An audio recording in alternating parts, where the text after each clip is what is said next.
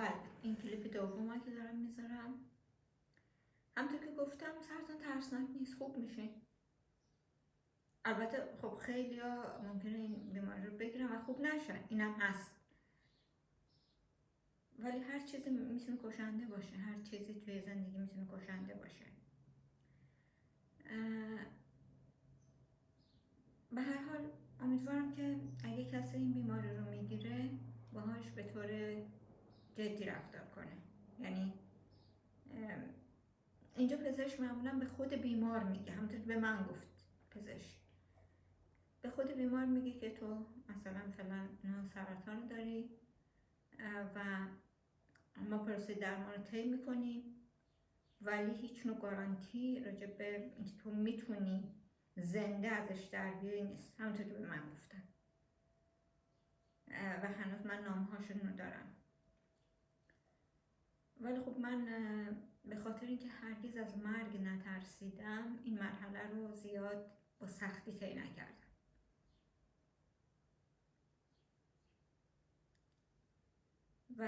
ولی طی شد.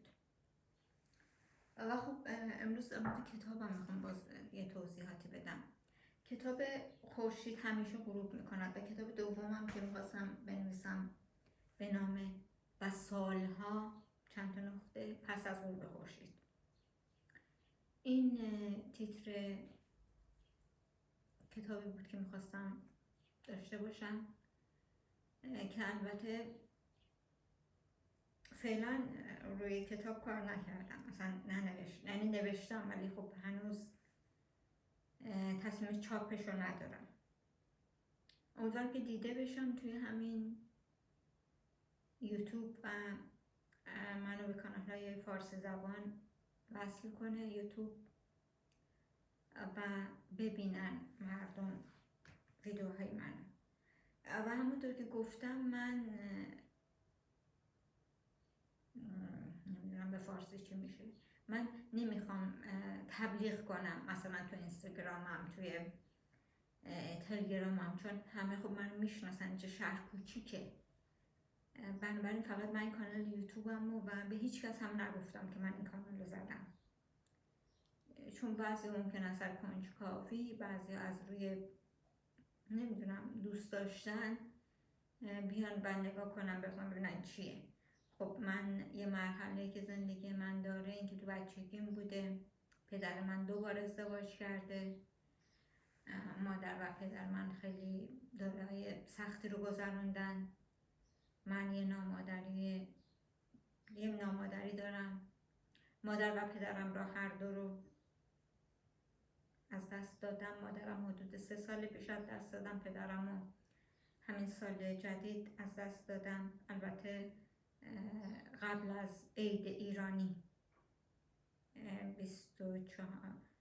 24 ینوار 4 بهمن ماه سال 1404 من پدرم از دست دادم و مادرم هم که حدود 3 سال پیش از دست دادم. درست تو اوج بیماری خودم بودم مادرم رو از دست دادم و متاسفانه نتونستم سفری به ایران هنوز داشته باشم. البته بعد از فوت مادرم رفتم یک بار ایران و خیلی سخت بود، خیلی سخت. هنوزم بعضی وقت خوابهای آشفته میبینم. با اینکه هر دو مادر و پدر من عمر خوبی داشتند ولی خیلی زود گذشت، همه چی خیلی احساس میکنم خیلی سریع گذشت که من هنوز خواب میبینم. توی خواب مادرمو میبینم، پدرمو میبینم، میرم زندان، خاله هامو میبینم، کسانی که افرادی فامیلی که مردن میبینم. بعضی وقتا اصلا حالت فیلم سینمایی میشه خوابهای من، نمیدونم. به هر حال که زندگی احساس میکنم خیلی سریع میگذره، خیلی سریعتر از اونی که اصلا بهش بخوایم فکر کنیم میگذره و باید واقعا قدر لحظات رو بدونیم. من الان مثلا بیشتر دوست دارم با پسرم وقتم بگذره، ولی پسرم همش خودشون مشغول کارهای خونه میکنن، همش دور و برش شلوغ کرده، وسایل ماشین قدیمی، خونه و همش هم میگه کار دارم کار دارم و البته خوبه که چون الان توی این مرحله که پسر من هست از دوست دخترش جدا شده، خوبه که خودش رو مشغول کار میکنه. ولی من دوست دارم، چون احساس میکنم عمر آدم ما بسیار کوتاهه و وقت ما بسیار کمه در کنار هم بودنه. این خیلی با ارزشه که در کنار هم باشیم و از لحظات خودمون لذت ببریم، لحظات شیرینی درست کنیم بدون دعوا، بدون مرافع، با دوستی.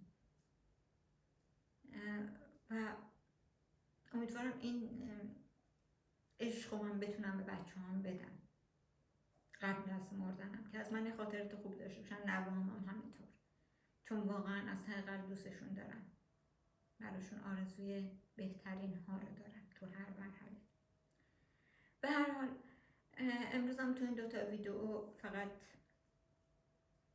میذارم این دوتا ویدیو رو و با امید این که دوستان ایرانی زیادی ببینم و یوتیوب منو بذاره توی فارسی زبانان و اونایی که مشکل دارند، اونایی که واقعا با این بیماری الان مواجه هستن، مثلا استومی دارن یا استومی موقت یا استومی دائم یا غده تیموسشون برداشته شده مثل من، چون تیموس رو خیلی ها نمیشناسن. غده تیموس در دنیا 10% ممکنه سرطانی بشه که مال من متاسفانه شد. نمیدونم حالا به چه دلیل. سرطان رودار خب معمولا خیلی ها گرفتن خوب شدن. به هر حال حالا این دوتا ویدیو رو برای امروز درست میکنم تا یه روز دیگه. امیدوارم که بیشتر فعال باشم، امیدوارم که بتونم هر روز ویدیو بذارم. فعلا